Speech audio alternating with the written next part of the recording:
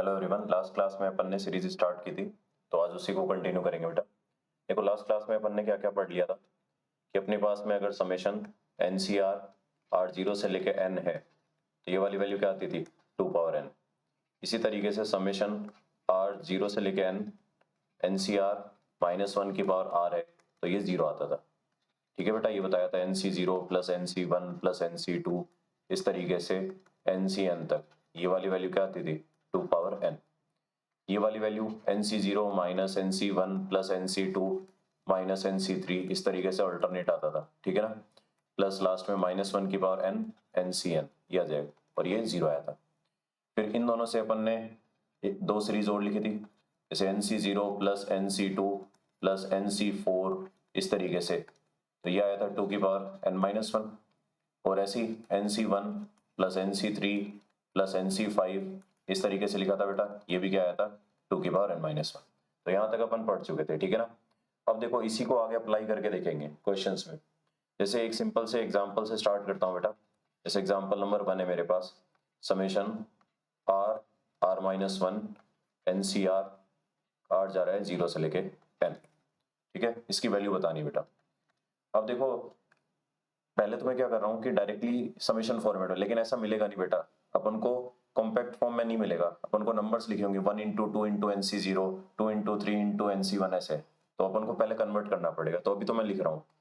अब देखो, are zero रखने पे जीरो बन रहा है, आर वन रखने पे भी जीरो बन रहा है, तो मैं सीरीज को 2 से स्टार्ट कर लेता हूँ बेटा। ठीक है ना, 2 से लेके n, r into r-1 N C r. तो ये क्या बनेगा अपने पास में, देखो समेशन आर 2 से लेके एन r-1, इस एनसीआर को ब्रेक करोगे तो n/r n-1 cr-1, तो r से r गया, तो क्या बनेगा समेशन r2 से लेके n r-1 n n-1 cr-1 को फिर से ब्रेक करो, तो n-1/r-1 n-2 cr-2, तो ये r-1 भी कैंसिल हो गया। तो देखो n और n-1 ये दोनों बाहर आ जाएंगे क्योंकि इंडिपेंडेंट ऑफ r है।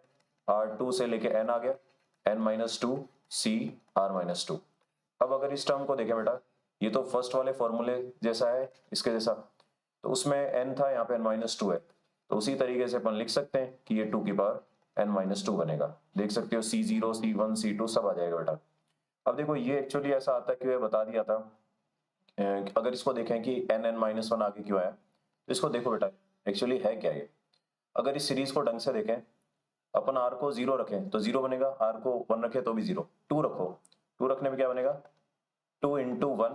ठीक है, उसके बाद nc2, 3 रखो, 3 इंटू 2 nc3, उसके बाद 4 रखो, 4 इंटू 3 nc4, ऐसे आगे क्या आएगा, 5 इंटू 4 nc5, इस तरीके से आएगा बेटा। लास्ट में क्या आएगा, n-1 ncn। तो ये वैल्यू ऐसी क्यों आती है, तो अपन को पता है कि जब अपन सीरीज कंसिडर करते हैं 1 प्लस एक्स का पावर n, इसका एक्सपेंशन, तो क्या आता है, N C zero N C one X की power 1, N C two X की power 2, N C three X की पावर 3, इस तरीके से चलता है एन सी एन एक्स की पावर n। ठीक है बेटा, अब देखो इसको डिफरेंशिएट कर दो दोनों तरफ, क्योंकि पावर को हमें आगे लाना है, तो differentiate with respect to x। तो अगर हम x का हम ये वेरीफाई करें कि क्या ये रियलिटी में आंसर सही आएगा क्या, जो अपन समेशन के फॉर्मेट से निकाल रहे हैं। तो देखो इसको डिफरेंशिएट करो x के रेस्पेक्ट में, तो क्या बनेगा, n1 प्लस एक्स की पावर n-1। ठीक है ना, nc0 का डेरिवेटिव तो 0 हो जाएगा, nc1 एक्स की पावर 1, तो ये आएगा 1 nc1। ठीक है बेटा, इसके बाद में आएगा 2 nc2 एक्स की पावर 1, 3 nc3 एक्स की पावर 2, इस तरीके से आएगा n ncn एक्स की पावर n-1। अब देखो मुझे दो टर्म्स चाहिए, इसलिए मैं एक बार और डिफरेंशिएट करूंगा, differentiate with respect to x। ठीक है ना, फिर से डिफरेंशिएट कर रहा हूं बेटा, तो क्या बनेगा, n-1 1 प्लस एक्स की पावर n-2। देखो nc1 तो एक कांस्टेंट है, कांस्टेंट का डेरिवेटिव 0 होगा, तो अगली टर्म आएगी 2 इंटू 1 nc2 एक्स की पावर 0 हो गया, फिर 3 इंटू 2 nc3 एक्स की पावर 1, अगला टर्म क्या आएगा, 4 इंटू 3 nc4 एक्स की पावर 2। इसी तरीके से लास्ट टर्म देखो n-1 और लास्ट में आएगा ncn एक्स की पावर n-2। ठीक है बेटा, ये आ जाएगा अपने पास में। अब देखो इसको अपन एक काम करते हैं कि दोनों तरफ x को 1 रख देते हैं, पुट x इक्वल्स टू 1। तो अगर x1 रखा तो क्या मिलेगा देखो, 2 into 1 into NC2, 3 into 2 into NC3, 4 into 3 into NC4, ऐसे चलता जाएगा लास्ट में n-1, ये आएगा NCN, ठीक है ना। और देखो लेफ्ट साइड से क्या है, n-1 2 की पावर n-2। तो देख सकते हो बेटा ये डिफरेंशिएट हुई हुई सीरीज लिखी एक्चुअली, ठीक है ना। लेकिन अपन जाएंगे समेशन के तरीके से, क्योंकि समेशन के तरीके से डायरेक्ट कैलकुलेट हो जाता है, तो इस वजह से आसान पड़ता है, ठीक है ना। अब दूसरा एग्जाम्पल कंसिडर करते हैं बेटा। दूसरा एक एग्जाम्पल मेरे पास अवेलेबल है, उसको लिखता हूँ। तो एग्जाम्पल नंबर 2, जैसे मेरे को पूछ लिया कि बताओ एक सीरीज गिवन है NC0 plus 3 times NC1 plus 5 times NC2 plus इस तरीके से 7 टाइम्स NC3 प्लस ऐसे चलता जा रहा है, लास्ट में 2n+1 और ये NCN आ गया बेटा, ठीक है ना। इस तरीके से लिखा हुआ है मेरे पास। अब इसको सॉल्व करके इस सीरीज की वैल्यू बतानी है। तो देखो इसको सॉल्व करने के दो मेथड है। पहले तो अभी जो पढ़ा है समेशन वाला तरीका वो अपनाएंगे बेटा, ठीक है ना। तो उसके लिए देखो अपन ऐसे लिख सकते हैं इस सम को, समेशन, अब देखो इसकी जनरल टर्म देखें तो 2r+1 ऑड नंबर का पैटर्न है, या तो 2r+1 से या फिर 2r-1 से लिखो, NCR। अब देखो r को 0 से स्टार्ट करना पड़ेगा, क्योंकि 0 स्टार्ट करोगे तो 0 रखने पे पहली टर्म आएगी, 1 रखने पे दूसरी टर्म, 2 रखने पे तीसरी टर्म, इसके बाद में 3 रखने पे फोर्थ टर्म आएगी। तो इस तरीके से n रखने पे n+1 नंबर वाली टर्म आ जाएगी, ठीक है। अब देखो इसको सॉल्व करने के लिए अपन क्या करेंगे, समेशन को स्प्लिट कर लेते हैं। 2r NCR अलग कर लिया, समेशन r 0 से लेके n, ये NCR अलग कर लिया बेटा, ठीक है ना। देखो पहले में 2 बाहर निकाल लिया, r 0 से लेके n, r NCR इस तरीके से लिखा, और बाद में r 0 से लेके n NCR आ गया। देखो ये वाला जो नंबर है ये तो हमें डायरेक्टली पता है क्या बनेगा, 2 की पावर n, तो इसकी वैल्यू आएगी 2 की पावर n। इसके लिए हम क्या करेंगे, तोड़ेंगे बेटा, r इसको लिखेंगे n/r, n-1 c r-1, तो r से r कैंसिल हो जाएगा, तो ये समेशन बनेगा 2m समेशन। देखो r को 1 से स्टार्ट करेंगे, क्योंकि 0 रखने पे यहाँ कोई सेंस नहीं बनेगा, ठीक है ना, वो वैल्यू नहीं आएगी। तो इसका मतलब r1 से लेके n, n-1 cr-, मतलब कहने का ये है कि अगर NCR लिखा है और मैं यहाँ पे r को -1 रख दूं, कोई सेंस नहीं बनाता बेटा, ठीक है ना, r-1 अलाउड ही नहीं होता, इसलिए मैं r को अगले नंबर से स्टार्ट कर रहा हूँ, ठीक है ना। प्लस, एक सेकंड बेटा, हाँ अब लिखते हैं इसको। देखो ये क्या बनेगा अपने पास में, दूसरा तो 2 की पावर n है, तो अब ये भी सिमिलर लॉजिक से क्या बनेगा, देखो n-1 c0, n-1 c1, n-1 c2, n-1 c3, तो ये तो सॉल्व हो गया, 2 की पावर n-1 बन गया, ये 2 की पावर n। अब देखो पहला नंबर n इंटू 2 की पावर n, दूसरा नंबर 2 की पावर n, तो इसको अपन लिख सकते हैं n+1 2 की पावर n, तो ये सम आ जाएगा बेटा, ठीक है ना। इस तरीके से अपन सॉल्व कर सकते हैं। अब देखो दूसरा मेथड क्या है इसमें, अगला ऑब्जर्वेशन क्या है, इस ऑब्जर्वेशन को ध्यान रखना बेटा। अगर गौर से देखो तो ये जो नंबर है ना 1 3 5 7 इस तरीके से ये जो नंबर लिखे हैं 2n+1 तक, ये बेटा एक AP बना रहे हैं, तो इस वजह से अपन यहाँ पे एक मेथड लगा सकते हैं, वो मेथड बताता हूँ क्या है। अगर इस सीरीज को लिखूं NC0 plus 3 times NC1 plus 5 times NC2, इस तरीके से 7 टाइम्स NC3, ठीक है ना, ये सारी टर्म्स लिख दी। ऐसे ही देखो लास्ट की कुछ टर्म्स लिखता हूँ, 2n-1 NCn-1 plus 2n+1 NCN, ठीक है ना, इस तरीके से लिख दिया बेटा। अब मैं क्या करता हूँ, इसी सीरीज को रिवर्स करके लिखता हूँ बेटा, तो 2n+1 NCN plus 2n-1 NCn-1, ये रिवर्स वाला तरीका आपने AP के डेरिवेशन में देखा होगा, सम ऑफ n टर्म्स निकालते समय, plus 3 times NC1 plus 1 times NC0। अब क्या करते हैं अपन, दोनों को ऐड करेंगे। देखो दोनों को ऐड करने से हुआ क्या, यहाँ NC0 वाली टर्म है और यहाँ पे भी NCN है, जो कि NC0 लिखा जा सकता है, ये NC1 है तो ये भी NC1 है, इसी तरीके से यहाँ NC1 है, ये भी NC1 है, क्योंकि हमें पता है NCR इक्वल्स टू NCn-R होता है बेटा, ये क्लास में डिस्कस कर रखा है, ठीक है ना अच्छे से। अब दोनों को ऐड करो तो 2 टाइम्स s क्या बनेगा, पहला नंबर 2n+2 NC0 प्लस अगला नंबर भी 2n+2 NC1, अगला नंबर भी 2n+2 NC2, इस तरीके से चलता जाएगा 2n+2 NCN, ये आ जाएगा। अब देखो इन सब में से 2n+2 कॉमन निकाल लो, तो क्या बनाएगा, NC0 plus NC1 plus NC2, इस तरीके से आएगा बेटा NCN। तो एक काम करो 2 से डिवाइड कर दो, तो n+1, और ये सीरीज की वैल्यू हमें पता है 2 की पावर n, तो देख सकते हो बेटा ये आंसर आया था अपना यहाँ पे, तो इसका मतलब करेक्ट है। तो इसका मतलब ये जब एपी का पैटर्न बनाता है ना तो इस तरीके से अपन सॉल्व कर सकते हैं। अब जैसे देखो एपी वाला पैटर्न बनाया नंबर, मान लो कि जीपी का पैटर्न बनाए। एक एग्जांपल अगला कंसिडर करता हूँ कि मान लिया इस तरीके से NC0 plus 3 times NC1 plus 3 square times NC2 plus 3 cube times NC3, इस तरीके से लिखा है बेटा 3 की पावर n NCn, इसका वैल्यू निकालना। तो ये तो और सिंपल है, देखो अगर इसमें समेशन के फॉर्मेट में लिखेंगे तो क्या आएगा, समेशन R0 से लेके NCR आएगा। देखो पहले में 3 की पावर 0 है बेटा, अगले में 3 की पावर 1 है, अगले में 3 की पावर 2 है, तो 3 की पावर R लिख सकता हूँ क्योंकि R0 से ही स्टार्ट हो रहा है। अब देखो ये तो बाइनोमियल एक्सपेंशन जैसा बन गया, लेकिन इसमें एक टर्म है, दूसरी टर्म को क्या मानेंगे, 1 मानेंगे, बताया था ये। तो 1 की पावर n माइनस r लिख लो और 3 की पावर r। अब देखो ये बाइनोमियल एक्सपेंशन बन गया बेटा किसका, 1 प्लस 3 की पावर n का। तो इस तरीके से 4 की पावर n आ जाए। तो देख सकते हो एपी और जीपी तरीके के पैटर्न आ जाए तो इस तरीके से अपन आसानी से सोल्व कर सकते हैं बेटा, ठीक है ना।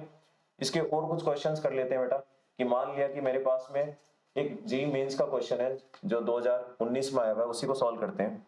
जेईई मेंस में आया हुआ क्वेश्चन है, ठीक है ना। वो ये था बेटा 2 into 20C0 plus 5 into 20C1 plus 8 into 20C2 plus 11 into 20C3, इस तरीके से लिखा था। और इसकी लास्ट टर्म जो थी ना 62 20C20, ये जेईई मेंस 2019 का है, जेईई मेंस 2019 का ये क्वेश्चन है बाइनोमियल का। अब देखो इसको सॉल्व कर लेते हैं। तो इसको सॉल्व करने के लिए समेशन को ऐसे मान लो। अब देखो दोनों मेथड बता दिए, एपी में क्या होता है, सीरीज को रिवर्स करके लिख दो, उससे आसान बन जाता है। तो अपन क्या करेंगे, इस सीरीज को रिवर्स करके लिखेंगे। पहले तो एज इट इज लिखो 2 20C0 plus 5 20C1 plus 8 20C2 plus 11 20C3, इस तरीके से आ जाएगा 62 20C20। अब इस सीरीज को रिवर्स करके लिखो तो 62 20C20 प्लस इसके बाद में ऐसे चलता जाएगा। 62 से पहले क्या आया होगा बेटा, 58 आया होगा, सॉरी 59 आया होगा, तो 59 सी 20C19 लिख लेते हैं। तो 59 20C19, ठीक है, इस तरीके से लिखा जाएगा। अब देखो ये जो टर्म आएगी 5 20C1 प्लस 2 20C0। अब एक काम करो, दोनों सीरीज को ऐड कर दो, जैसे अभी पिछला एग्जांपल क्या था 2s इक्वल्स टू, देखो क्या बनेगा, सब में 64 आएगा बेटा। तो 64 पहला नंबर 20C0, क्योंकि 20C0 और 20C20 एक ही होता है बेटा, ऐसे 20C1 20C19 एक होता है। 64 20C1, अगला भी 64 20C2। तो देख सकते हैं बेटा सिंपल क्वेश्चन आता है मेंस में। तो इस तरीके से 64 20C1 सॉरी C19, इसी तरीके से 64 20C20, ठीक है ना। तो ये आ जाएगा, देखो इसमें से 64 कॉमन ले लो, 20C0 20C1 20C2। तो ये मेथड ध्यान रखो बेटा, फॉर्मूला रटोगे तो भूल जाओगे, तो मेथड पता होनी चाहिए अपन को, सॉल्व कर लेंगे। तो इसको देखो अपन लिख सकते हैं 64/2 और ये 2 की पावर 20 आ जाएगा बेटा। तो ये क्या आएगा 32 2 की पावर 20। तो इस तरीके का ऑप्शन अवेलेबल था बेटा उसमें, ठीक है ना। तो ऐसे क्वेश्चन बनते हैं। अब देखो और भी है क्वेश्चन जो जेईई मेंस में आए हुए हैं, तो उस तरीके के और क्वेश्चन अपन कंसिडर कर लेते हैं। जैसे एक क्वेश्चन जेईई मेन 2019 में आया था बेटा, ये क्वेश्चन भी जेईई मेन 2019 का ही है, ठीक है ना। ये क्वेश्चन था बेटा, ये मुझे वैल्यू बतानी थी 1 square 20C1 plus 2 square 20C2 plus 3 square 20C3 plus 4 square 20C4, इस तरीके से जो टर्म्स आ रही थी बेटा वो 20 स्क्वायर 20C20, ये बताना था। देखो इसको सॉल्व करने के लिए अपन क्या करेंगे, जनरल टर्म लिखेंगे और समेशन के फॉर्मेट में लिख लेते हैं। देखो ये क्या आएगा आर स्क्वायर 20CR, आर को 0 से स्टार्ट करो तो भी कोई दिक्कत नहीं, क्योंकि 0 रखने पे तो 0 ही बनाएगा, तो मैं सीधा 1 से स्टार्ट कर रहा हूँ, 1 से लेकर 20 जाएगा। अब देखो अपन को पता है कि इस r को हटाना होता है, तो इसके लिए इसको ब्रेक करो बेटा। तो आर स्क्वायर 20CR को ब्रेक करोगे तो 20/r 19CR-1, ये r से r कैंसिल हो गया। तो अपने पास में देखो क्या बनाइए, ये आएगा समेशन r1 से लेके 20, ये आ जाएगा r, और इस 20 को बाहर लिख लो 19CR-1। बात ये कि अगर मैं इस 19CR-1 को ब्रेक करूंगा तो देखो क्या आएगा 19/r-1 18CR-2। लेकिन यहाँ पे देखो मेरे पास r-1 नहीं है, क्वेश्चन में r है, तो मैं क्या करूंगा अपनी तरफ से इस r में 1 ऐड कर देता हूँ और 1 सब्ट्रैक्ट कर देता हूँ। तो r1 से लेके 20 r minus one plus one क्या आएगा 19c r माइनस वन। तो इस r माइनस वन से ये टर्म मल्टीप्लाई कर दिया और इस वन से मल्टीप्लाई कर दिया, देखो क्या आएगा 20 टाइम्स सिग्मा r वन से लेके 20 r minus one 19c r minus one plus sigma जब वन से मल्टीप्लाई करूंगा तो ये क्या बनेगा 19c r माइनस वन। ठीक है ना। अब देखो पहले वाले समेशन में ब्रेक कर लेता हूं इसे, तो r वन से लेके 20 r माइनस वन, अब देखो ये क्या बनेगा 19 by r minus one 18c r minus two. तो r को 2 से स्टार्ट करके लिख दूं बेटा, क्योंकि वन पे तो वैल्यू आएगी नहीं कुछ भी। तो इसी तरीके से अगला तो एज इट इज रहने दो 19c r माइनस वन, ये लिख दिया। देखो ये कैंसिल हो गया 20, ये आएगा 19 समेशन r 2 से लेके 20 18c r minus two plus summation r 1 से लेके 20 19c r माइनस वन। अब तो देखो ये तो आसान बन गया 18c 0 18c 1 ऐसे नंबर्स क्रिएट हो जाएंगे बेटा। पहले समेशन में देखो इसमें वैल्यूज रखोगे 18c 0 18c 1 18c 2 ऐसे 18c 18 तक जाएगा, तो डायरेक्टली 2 की पावर 18 लिख दूं। अगले में देखो अगला तो डायरेक्ट फॉर्मूला ही बन गया 2 की पावर 19 वाला, तो ऐसे ही ये 2 की पावर 19 आ जाएगा। अब देखो ब्रैकेट में से मैं क्या कॉमन निकाल सकता हूँ, 2 की पावर 18 कॉमन निकाल लिया तो क्या बचा 19 प्लस 1 20, तो ये आएगा 400 इंटू 2 की पावर 18। अब बेटा ऑप्शंस कैसे थे वो मुझे नहीं पता, लेकिन आंसर इस तरीके से आए। ठीक है ना। तो ऐसे बहुत सारे क्वेश्चंस आते हैं बेटा जेईई मेंस में जो इस तरीके के पैटर्न पे आते हैं, तो अपन को ध्यान रखना है। जैसे एक 2021 का आया हुआ क्वेश्चन अपन कर सकते हैं, ठीक है ना। या फिर अपन जो नेक्स्ट वीडियो लेक्चर आएगा उसमें तो वैसे ही क्वेश्चन कराने वाला हूं, तो उसमें कंसिडर कर लो। अब देखो इसमें क्या ध्यान रखना है, when two binomial coefficients are involved simultaneously, two binomial coefficients are involved simultaneously, अगर इस तरीके की सीरीज आ जाए involved simultaneously, ठीक है ना। बेटा इंटीग्रल वाली सीरीज अब इसलिए नहीं करा रहा क्योंकि 11th क्लास में बच्चों को इंटीग्रेशन अच्छे से पढ़ाया नहीं होता है, क्योंकि 12th का टॉपिक है, लेकिन बता दूंगा कोई दिक्कत नहीं है। ठीक है ना। अब देखो when two binomial coefficients are involved, जैसे एक एग्जांपल कंसीडर करता हूं, जैसे मान लिया एक सीरीज आ गई 5c4 3c0 5c3 3c1 5c2 3c2 sorry 5c4 5c3, हाँ सही है 5c1, इसके बाद क्या आएगा 3c3। अब देखो अगला तो और कुछ हो नहीं सकता, 3c0 3c1 3c2 3c3 ये हो सकता है, इसकी सीरीज की वैल्यू बताना। तो देखो पहले तो पूरा एक्सप्लेन करता हूँ फिर डायरेक्ट तरीका बताऊंगा कि कैसे याद रखना है इसको, ठीक है ना, तुरंत आंसर आएगा इसमें। देखो पहले तो ये फंडा है कि 5c4 5c3 5c2 किस में आते हैं 1 प्लस एक्स की पावर 5 में आते हैं, तो क्या एक्सपेंशन होगा 5c0 5c1 एक्स की पावर 1 5c2 एक्स की पावर 2, इसी तरीके से 5c3 एक्स की पावर 3 होगा बेटा। इस तरीके से लिख लेंगे अपन 5c4 एक्स की पावर 4 प्लस 5c5 एक्स की पावर 5।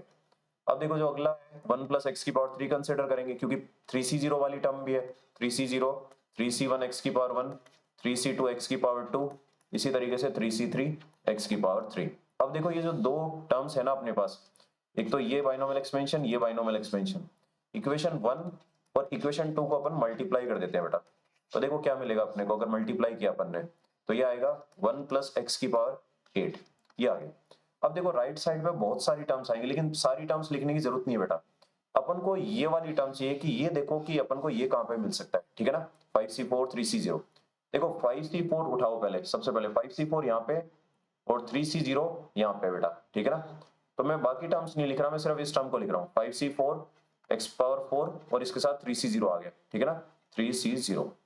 ऐसे अगला नंबर देखो जो 5c3 3c1 है वो कहां मिलेगा, इन दोनों को मल्टीप्लाई करके मिलेगा बेटा, ठीक है ना। इसका मतलब 5c3 एक्स की पावर 3 3c1 एक्स की पावर 1, इस पे फोकस रख रहा हूं अभी के लिए मैं, ठीक है ना। इसी तरीके से अगले पे आओ, 5c2 के साथ मुझे क्या चाहिए 3c2 चाहिए, देखो सीरीज में, तो 5c2 एक्स की पावर 2 3c2 एक्स की पावर 2, ये लिख लिया। इसी तरीके से देखो आगे क्या चाहिए 5c1 एक्स की पावर 1 के साथ 3c3 एक्स की पावर 3 चाहिए, तो ये टर्म देखो मल्टीप्लाई होके बनाएगी कुछ 3c3 एक्स की पावर 3, और बहुत सारी टर्म्स आएंगी उनको लिखने की कोई जरूरत नहीं। अब अगर गौर से ऑब्जर्व करो बेटा, ये लेफ्ट साइड में 1 प्लस एक्स की पावर 8 बन गया, राइट साइड में बहुत सारी टर्म्स आएंगी, लेकिन जो रिक्वायर्ड टर्म्स है उनको देखो। पहली जो टर्म है 5c4 3c0 x power 4 plus 5c3 3c1 x की पावर 4, ऐसे अगला नंबर 5c2 3c2 एक्स की पावर 4, ऐसे अगला नंबर 5c1 3c3 एक्स की पावर 4, और बहुत सारी टर्म्स आएंगी उनको लिखने की जरूरत नहीं। तो अगर इसको गौर से ऑब्जर्व करें बेटा, ये ढंग से देखो किसका कोएफिशिएंट बन गया, ये नंबर्स जो लिखे हैं, यहाँ पे टर्म कंटेनिंग x पावर 4, यहाँ पे जो टर्म है ना बेटा उसके अंदर x पावर 4 है, तो अगर x पावर 4 है इसका मतलब ये कोफिशिएंट ऑफ x पावर 4 की बात कर रहा है। अब एक बात देखो, लेफ्ट साइड से LHS से कोफिशिएंट ऑफ x पावर 4 निकाल ले, कोफिशिएंट ऑफ x पावर 4, और तो वो भी राइट साइड से जो कोफिशिएंट ऑफ x पावर 4 आएगा उसके बराबर होना चाहिए, सीधी सी बात है। तो x पावर 4 का कोफिशिएंट लेफ्ट से निकालोगे तो 1 प्लस एक्स की पावर 8 में तो 8c4 हो जाएगा बेटा, क्योंकि इसी में x पावर 4 आएगा, 8c4 x पावर 4। और राइट साइड से जो आया वो क्या है, 5c4 3c0, 5c3 3c1, 5c2 3c2, 5c1 3c3। इस तरीके से देख लो आंसर आ गया अपने पास में 8c4, ठीक है ना। लेकिन बेटा अगर क्वेश्चन में मान लो कि टर्म्स ही बहुत ज्यादा हैं तो अपन ये मेथड लगाने में थोड़ा दिक्कत फेस करेंगे, ठीक है ना। वैसे जेईई एडवांस का जो क्वेश्चन है ना बेटा, एक बार ऐसा क्वेश्चन आया था जिसमें अपन को सीरीज की मदद लेनी पड़ेगी, ठीक है ना। अगर अपन समेशन वाले फॉर्मेट पे जाएंगे तो थोड़ा कैलकुलेटिव हो जाएगा। अब देखो क्या फंडा होता है इसके पीछे वो बता देता हूँ। जैसे ये वाला एग्जांपल ही है, इसी को कंसिडर करता हूँ समझाने के लिए। देखो कि मैंने मान लिया कि मेरे पास में 8 डिस्टिंक्ट बॉल्स अवेलेबल है, ठीक है ना, या 8 डिस्टिंक्ट ऑब्जेक्ट्स अवेलेबल है। तो 8 डिस्टिंक्ट ऑब्जेक्ट्स को मैं नाम दे देता हूं एक बार के लिए। लेट्स से मेरे पास में O1 O2 O3 O4 इस तरीके से, O1 O2 O3 O4 O5 O6 O7 O8 है बेटा, ठीक है ना। अब देखो ये जो 8 ऑब्जेक्ट्स है ना मेरे पास में, मैं क्या करूंगा इनको दो ग्रुप्स में बना के लिख देता हूं कि मैंने एक ग्रुप में 5 ऑब्जेक्ट रखे और एक ग्रुप में मैंने रखे 3 ऑब्जेक्ट्स, ठीक है ना बेटा। एक ग्रुप में 5 ऑब्जेक्ट्स, एक ग्रुप में 3 ऑब्जेक्ट्स।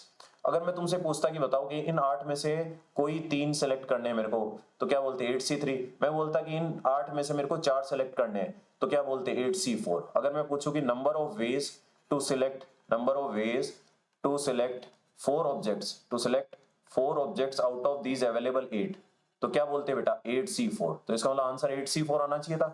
अब देखो ये जो नंबर है ना 8c4, अपन इसको कैसे समझ सकते हैं। देखो मैं ही क्या कर रहा हूं कि जो 4 ऑब्जेक्ट सेलेक्ट करने का तरीका है ना, उसको मैंने अपनी तरफ से क्या किया कि जितनी भी मेरे पास बॉल्स अवेलेबल है मैंने दो जगह रख दी, एक जगह 5 बॉल्स रख दी, एक जगह 3। अब मैं 4 बॉल सेलेक्ट करूं तो 4 कैसे सेलेक्ट कर सकता हूं, देखो यहां से 0, ठीक है, यहां से 4, लेकिन वो हो नहीं सकता, ठीक है ना, ऐसा पॉसिबल है नहीं। या फिर ऐसा हो सकता है कि यहां से 1 सेलेक्ट करूं, यहां से 3 सेलेक्ट कर लूं। यहां से ऐसा हो सकता है कि 2 सेलेक्ट करूं, यहां से 2 सेलेक्ट करूं। यहां से कितनी सेलेक्ट करूं बेटा 3, यहां से 1 सेलेक्ट करूं। और ऐसा हो सकता है कि यहां से 4 सेलेक्ट करूं और यहां से 0। और ऐसा तो हो नहीं सकता कि यहाँ से 5 या -1, तो माइनस जैसी तो कोई चीज होती नहीं है। अब देखो ये जो नंबर है ये कैसे निकलेगा, पीएनसी वाला मेथड देखें अगर, कि 5 में से 1 सेलेक्ट करना है तो 5c1, 3 में से 3 3c3 आ गया बेटा। 5 में से 2 सेलेक्ट करना है तो 5c2, और 3 में से 2 तो 5c2 3c2 आ गया बेटा। ऐसे ही 5 में से 3 सेलेक्ट करना है तो क्या लिखोगे 5c3, तो ये आ जाएगा 5c3, 3 में से 1 सेलेक्ट करना है। ऐसे ही 5 में से 4 सेलेक्ट करने हैं तो क्या लिखोगे 5c4 3c0। तो देख सकते हो बेटा इन सारी टर्म्स को जब ऐड करूंगा तभी तो मेरे को टोटल वेज पता लगेंगे कि कैसे मैं 4 बॉल सेलेक्ट कर सकता हूं आउट ऑफ द अवेलेबल 8। तो ये जो नंबर है एक्चुअली इसके बराबर आना चाहिए। तो सही बात है, यही तो आ रहा है बेटा, देख लो बाइनोमियल थ्योरम में अपन ने अभी प्रूव किया है ये वाला। तो यही आ रहा है बेटा, देख लो 5c4 3c0, 5c4 3c0, 5c3 3c1, अगला नंबर सेम 5c2 3c2, देख सकते हो इस तरीके से है। तो ध्यान रखना बेटा, जब भी दो दो कोफिशिएंट्स क्या है तो या तो सीरीज उठा के मल्टीप्लाई करके देखो कि किसका कोफिशिएंट बन रहा है, या फिर सबसे बढ़िया तरीका है ये जो भी बताया। अब इसी लॉजिक से अपन फॉर्मूला बना सकते हैं बेटा, ठीक है ना। तो एग्जांपल कंसीडर करते हैं कि मान लिया कि मेरे पास में MC1, ठीक है ना, और लेट्स से मेरे पास में NC, मैं मान लेता हूं N-1। इसी तरीके से अब मैंने माना कि MC2 NCN-2, एक सीरीज लिख रहा हूं बेटा एक एग्जांपल समझने के लिए, MC3 NCN-3, इस तरीके से लिख रहा हूं, प्लस MCN NC0, ये बताना है। और प्रोवाइडेड ये है कि m की जो वैल्यू है ना वो greater than equals to n है। भाई सीधी सी बात है, m ज्यादा होगा तभी तो मैं इसमें से सिलेक्ट कर पाऊंगा n ऑब्जेक्ट। अगर m कम हो गया n ज्यादा हो गया तो ज्यादा सिलेक्ट करना है और अवेलेबल कम है तो कैसे कर पाऊंगा। अब देखो इसको अपन उसी मेथड से करेंगे जो दूसरा शॉर्टकट मेथड बताया, ठीक है ना, कि मेरे पास total m plus n object रहे होंगे, ठीक है ना, total m plus n object. इन m प्लस n ऑब्जेक्ट्स को मैंने दो जगह रखा होगा, एक जगह m ऑब्जेक्ट्स रखे होंगे, एक जगह n ऑब्जेक्ट्स रखे होंगे। तो मैंने क्या किया कि सबसे पहले देखो लास्ट टर्म को उठाओ, लास्ट टर्म को अगर देखो तो यहां से 0 ऑब्जेक्ट सेलेक्ट किए, यहां से n ऑब्जेक्ट सेलेक्ट किए, तो टोटल कितने ऑब्जेक्ट्स हो गए बेटा n ऑब्जेक्ट्स हो गए। अब इसी तरीके से इससे पहले जो टर्म आई होगी उसमें एक ऑब्जेक्ट आया होगा, यहाँ पे n-1 ऑब्जेक्ट आया होगा, तो देख सकते हो टोटल n ऑब्जेक्ट्स हो गए बेटा। इसी तरीके से चलता जा रहा हूँ, इस टर्म पे आ रहा हूँ, इस टर्म पे देखो n में से मैंने n-3 सेलेक्ट किए और यहाँ से 3 सेलेक्ट किए, तो टोटल ऑब्जेक्ट्स कितने हो गए, 3 ऑब्जेक्ट हो गए। इससे पहले वाली टर्म पे आया तो देख सकते हो बेटा यहाँ से n-2 ऑब्जेक्ट सिलेक्ट किए इस ग्रुप में से और इसमें से 2 ऑब्जेक्ट सिलेक्ट किए, इसका मतलब टोटल कितने हो गए, n ऑब्जेक्ट्स हो गए। और इसमें देखो पहले वाली टर्म में यहाँ से कितने आ गए, n-1 आ गए और यहाँ से कितने आ गए बेटा, 1 आ गए।